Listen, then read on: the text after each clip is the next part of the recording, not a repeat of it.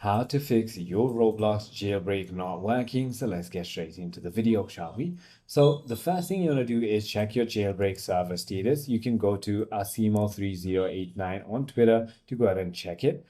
If that is not working, you want to simply go ahead and try checking your internet connection and make sure that your internet is stable. You can also try restarting your Wi-Fi router or switching to a wired connection. You can also try restarting your Roblox application itself and your device. And if that doesn't work, if you're on a Windows PC, you would have pressed Windows plus R, type %temp%, and simply go ahead and delete all the folders in it.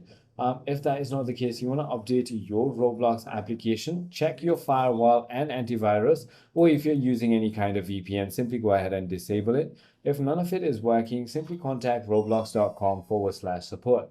I hope this video clarifies everything for you. If you have further more queries, feel free to comment down below, and I'll see you on the next one.